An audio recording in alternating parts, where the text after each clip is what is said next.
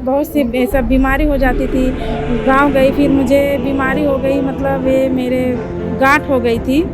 फिर उसके वजह से बुखार आ रहा था। फिर मैं गांव गई, फिर ऑपरेशन करवाई। सत्संग भेजे तो मैं सुनी तो मुझे अच्छा लगा। तो फिर मैं सुनती गई, बहुत सारे सत्संग सुनी, मेरे समझ में आ गया। 4-5 दिन मैं लगातार सुनी। किस चीज़ की गांठ? वो हमारे बच्चेदानी में गांठ थी। जैसे किस चीज़ की, जैसे कैंसर वगैरह इस तरह का? कैंसर का नहीं था, वैसा गांठ हो गया था। बहुत अच्छा। मैं तो ये सोच रही हूँ कि मैंने अपने गुरु जी से ही नहीं जुड़ी हूँ।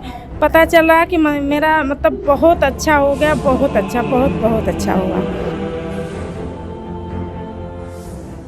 नमस्कार, मैं वीरेंद्र गुप्ता महाराष्ट्र पालघर डिस्ट्रिक्ट विरारिश में आया हुआ हूँ। संत रामपाल जी महाराज जी का यहाँ पर सत्संग चल रहा है और यहाँ पर एक बहन जी हैं, चलते हैं उनका इंटरव्यू लेते हैं, क्या ख्याल है उनका संत रामपाल जी महाराज के बारे में।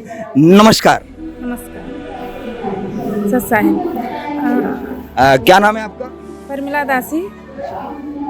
और कहाँ रहती है? वसई फाटा। यहाँ किस लिए आई है?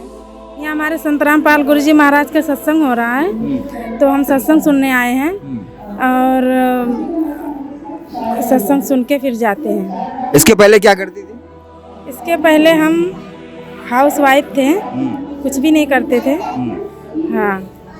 और ये जो मतलब संत रामपाल जी महाराज जी के जुड़ने के पहले क्या कोई आप भी कुछ धार्मिक कर्मकांड किया करती थी? हाँ, ब्रह्मा विष्णु शंकर भगवान दुर्गा जी का सबका फोटो रखती थी मैं। उनका पूजा करती थी और पूजा करने से मुझे कोई लाभ नहीं मिल रहा था और पूजा करती थी। फिर इतना कितने साल से मैं करती आई, कुछ भी लाभ नहीं मिला, हानि के सिवा कुछ लाभ नहीं मिला। फिर मुझे बुखार होता था और बहुत सी ये सब बीमारी हो जाती थी। गांव गई, फिर मुझे बीमारी हो गई, मतलब ये मेरे गांठ हो गई थी। फिर उसके वजह से बुखार आ रहा था। फिर मैं गांव गई, फिर ऑपरेशन करवाई। फिर उसके बाद मेरा भाई सऊदी रहते थे, तो वो बोले कि आप नाम दीक्षा ले लो गुरु जी से और फिर ये सब बीमारी दूर हो जाएगी आपकी। तो मैं बोले कि तो फिर बोले सत्संग आता है गुरु जी का, आप सुनो मंगवा के। तो फिर वो भेजे, एक सत्संग भेजे तो मैं सुनी तो मुझे अच्छा लगा। तो फिर मैं सुनती गई, बहुत सारे सत्संग सुनी, मेरे समझ में आ गया। 4-5 दिन मैं लगातार सुनी। फिर मैं सोची कि ये तो बहुत अच्छा बता रहे हैं हमारे गुरुजी। और फिर सुनते मैं बोली अपने भाई से, फ़ोन जब लगाए तो मैं बोली भाई ये नाम दीक्षा कैसे मिलेगा, आश्रम कहाँ है? तो बोले कि ये आश्रम बस्ती में है और मैं वहाँ के भगत का नंबर मैं देता हूँ और बात करवा दूँगा, फिर वहाँ जाके नाम दीक्षा ले लेना। तो बोले ठीक है। फिर वहाँ पे मुझे वहाँ का नंबर मिला, मैंने फ़ोन लगाया। फिर वहाँ से बोले भगत कि आ जाओ बस्ती में, मैं यहाँ आपको ड्रॉप कर लूँगा। मैं ठीक है। हम लोग, मेरी माँ मेरे पिता भी नहीं बोल रहे थे, नहीं मैं अभी नहीं लूँगा नाम दीक्षा। उनका भी बहुत बीमारी है, शुगर ब्लड प्रेशर सब कुछ है। बोली चलो नाम दीक्षा ले लो तो ठीक हो जाओगे। तो बोले अभी नहीं, बाद में लूँगा। तो मैं सोची नहीं अभी ले लो, अभी ज़िंदगी का कोई ठिकाना नहीं, कभी क्या हो जाए। तो बोले, मैं जिद करके उनको लेके गई मम्मी पापा को और साथ में गई, नाम दीक्षा ली। फिर वहाँ से लेके आई। फिर मैं मुंबई आई और मुंबई आई तो मैं मांस मच्छी मेरे हस्बैंड बहुत खाते थे।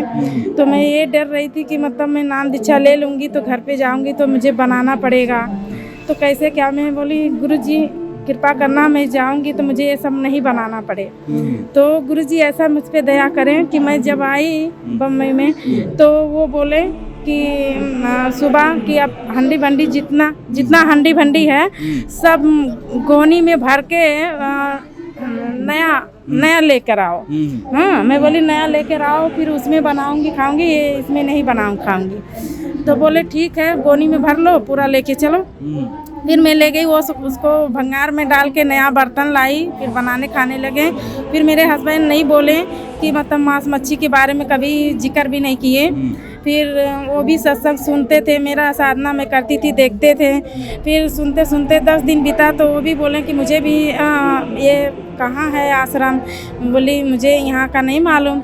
तो बोले फिर सुनते सुनते बोले कि मुझे भी नाम दीक्षा लेना है। बोले ठीक है। तो फिर मैं पता लगा, अपने पिता से पूछी कि मैं ये कैसे जाऊँ, यहाँ पे मुझे पता नहीं है। तो बोले कि संत रामपाल गुरु जी महाराज का एक बुक है, उसमें सब नंबर दिए गए हैं, वो नंबर पे कॉल करो, फिर जाके मतलब नाम दीक्षा लो। तो मैं कॉल करी, फिर लगा बरवाला आश्रम। फिर वहाँ से भगत जी बताएं, वहाँ थाना से फिर वसई यहाँ नाला सोपारा का मिला। फिर नाला सोपारा में हम पूछते पूछते गए। फिर वहाँ हमारी बड़ी लड़की, हमारे भगत जी फिर नाम दीक्षा लिए। फिर आए, फिर मेरे बच्चे लोग भी बोले कि मम्मी मुझे भी लेना है नाम दीक्षा। तो मैं बोले ठीक है चलो। तो सबको दिलवा दी। आज हमारे परिवार बहुत खुश हैं और कोई दिक्कत नहीं, कोई बीमारी नहीं, कोई टेंशन ही नहीं है। देखिए बहन जी, आपने बताया कि मैंने आपकी सारी बात को सुना।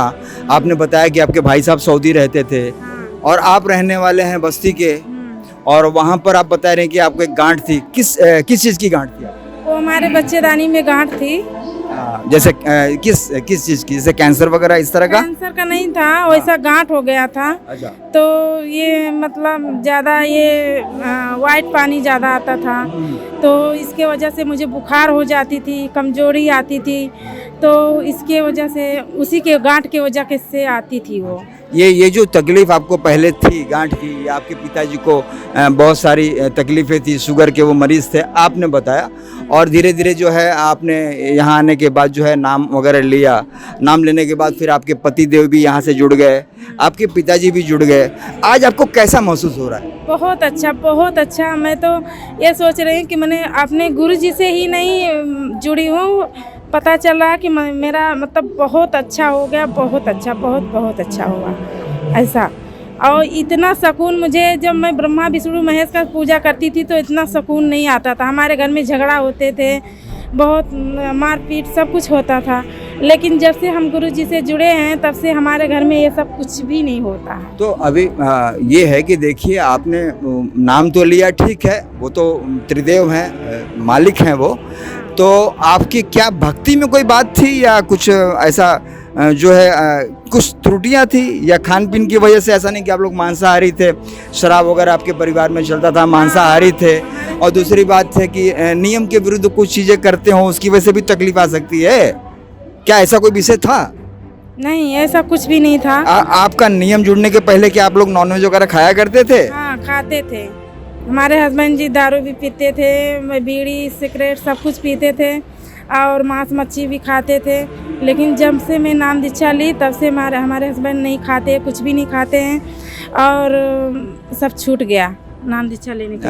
बहन जी जो बता रही हैं उनके हिसाब से ये है कि इनका पूरा परिवार जो है पहले मांसाहार था, मतलब शराब पीना, तंबाकू वगैरह खाना, नॉनवेज खाना, और जो भी कुछ ऐसे कर्मकांड थे जो इनके पति देव किया करते थे, बराबर है। लेकिन यहाँ संत रामपाल जी महाराज जी के पास जुड़ जाने के बाद इनके घर में ये खुद का इनका सुधार हुआ। इनको जो अंदर जो गांठ थी वो गांठ खत्म हो गई। जुड़ जाने के बाद इनके पति देव ने शराब पीना या नॉनवेज, मांस जिसे हम कहते हैं, उसको भी उन्होंने छोड़ दिया।